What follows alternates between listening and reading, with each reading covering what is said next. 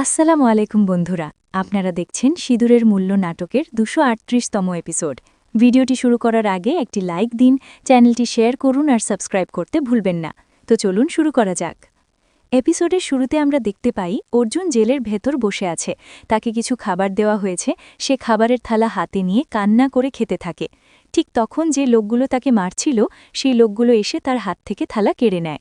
অর্জুন কান্না করতে থাকে, কিন্তু লোকগুলো তার মুখের সামনে খাবার ধরে আবার কেড়ে নেয়, আর দুটো লোক তার হাত পিছন দিকে ধরে রাখছে। এদিকে মিস্ত্রি পুলিশ স্টেশনে আসে, এসে দেখে অর্জুনের এই অবস্থা। অর্জুন যেই মিস্ত্রিকে দেখেছে সেই কান্না করে বলছে, আমাকে এখান থেকে বের করো। তারপর মিস্ত্রি বলে, এটা কেমন অভদ্রতামি, আপনারা আমার অর্জুনকে ছেড়ে দিন, নয়তো আমি আপনাদের কাউকে ছাড়ব না। মিস্ত্রি পুলিশকে বলে, আপনারা ইনাদেরকে থামান না কেন? তখন একজন কনস্টেবল বলে, ইনাদের যদি থামাতে যাই তো বাহিরগুলোকে কে থামাবে, আর এগুলো জেলের মধ্যে হতে থাকে। তারপর ওই লোকগুলোর মধ্যে একটা লোক অর্জুনকে ছুরি নিয়ে আঘাত করতে যায়, তখনই কারেন্ট চলে যায়। ওদিকে আমরা দেখতে পাই অনুর ঘরে বড় দাদি ও অর্জুনের বাবা সবাই আসছে। বড় দাদি টেবিলের নিচে খাবার দেখে ফেলে, তারপর মনে মনে বলে, আচ্ছা, এরা তাহলে সকাল থেকে না খাওয়া আছে। এদিকে মিস্ত্রি জেলের ভেতর ঢুকে অর্জুনকে বোঝাতে থাকে, কান্না করে আর বলে, আমি তাড়াতাড়ি আপনাকে এখান থেকে বের করে নিয়ে যাব। অর্জুনের জন্য কান্না করতে থাকে। তারপর মিস্ত্রি অর্জুনকে খাওয়াতে থাকে, অর্জুনও মিস্ত্রিকে খাওয়ায়। ওদিকে বড় দাদি অনু আর ফুপুকে হাত ধরে টেনে এনে টেবিলের সামনে দাঁড় করায়। টেবিলে বিভিন্ন ধরনের খাবার রাখা, যেমন পিৎজা, ফ্রেঞ্চ ফ্রাই, বার্গার। তারপর সবাই ওখানে এসে উপস্থিত হয়। তারপর অনু বড় দাদির দিকে তাকিয়ে জিজ্ঞেস করে, বড় দাদি, এত সব খাবার কার জন্য? বড় দাদি বলে, তোমাদের জন্য। আর কার জন্য? আমি জানি অর্জুনের চিন্তায় তোমরা না খেয়ে থাকবে, কিছু খাবে না, তাহলে ধ্যান তো রাখতে হবে না। মিস্ত্রিও খায় না, তোমরা দুজনও না খাও, যদি অসুস্থ হয়ে যাও, তাই না পুরকিনি? ছোট দাদি বলে, হ্যাঁ দিদি, ঠিকই বলছে, একটু আগে তো তোমাদের দুজনের মাথা ঘুরছিল না।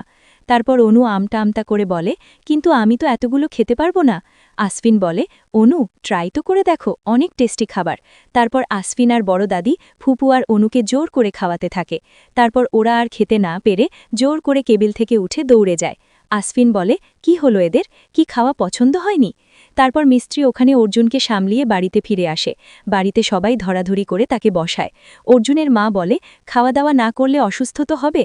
তারপর অনু সামনে থাকা প্লেটের মধ্যে ছুরিটা নিয়ে মিস্ত্রির হাতে দিয়ে বলে, এই নিয়ে একেবারে অর্জুনকে শেষ করে দে।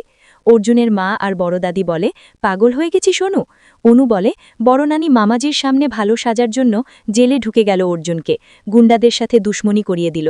একবারও ভাবল না, এ জেলে যদি ধরা পড়ে যেত অর্জুন কত বড় প্রবলেমে ফেসে যেত। শান্তিতে তো থাকতে দিবি না, নে একেবারে কাম তামাম করে দে।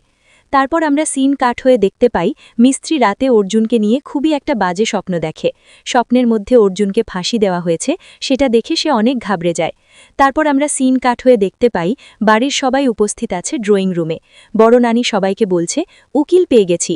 ফুপু বলে, আচ্ছা, এত কঠিন কেস মানল কে? তারপর বড় দাদি বলে, ওই দিকে দেখ। সবাই সিঁড়ির দিকে তাকিয়ে দেখে মিস্ত্রি উকিলের ড্রেস পরে নিচে নামছে। এদিকে অনু ছোট ছোট দাদির কান ভাঙানোর জন্য বলছে, নানি, এত বেকার একটা স্কুলে পড়েছে, আজ পর্যন্ত আমি নাম পর্যন্ত শুনি নাই। আমি শিওর এই অর্জুনের কেস পুরোপুরি বরবাদ করে দিবে, দেখো তুমি। তারপর ছোট দাদি মিস্ত্রিকে বলে, ছোট মোটো স্কুলে পড়া মেয়ে আজ পূর্ণ বস্তি নাতির কেস লড়বে? মিস্ত্রি বলে, স্কুল মা সরস্বতীর মন্দির হয়, মন্দির ছোট হোক বা বড়, মনে শ্রদ্ধা আর যদি শিক্ষা থাকে মার আশীর্বাদ পাওয়া যায়। ছোট দাদি আবার বলে, কালো কোট পরে নিলে কেউ উকিল হয়ে যায় না, মেয়ে আর আদালতে তোর কথা শুনবে কে? মিস্ত্রি বলে, আজ আমার আওয়াজে বাবার চিন্তা, মার আর বড় দাদির প্রার্থনা, আপনার আশীর্বাদ আর আমার ভালোবাসার শক্তিও থাকবে। এত শক্তিশালী আওয়াজ, আদালতের দরজা জানালা সবাইকে শুনতে হবে। তো বন্ধুরা, আজকের এপিসোডের সমাপ্তি এখানে হয়। ভিডিওটি ভালো লাগলে একটি লাইক দিন, শেয়ার করুন, চ্যানেলটি সাবস্ক্রাইব করতে ভুলবেন না। পরবর্তী পার্ট দেখার জন্য আমাদের সাথেই থাকুন। আল্লাহ হাফেজ।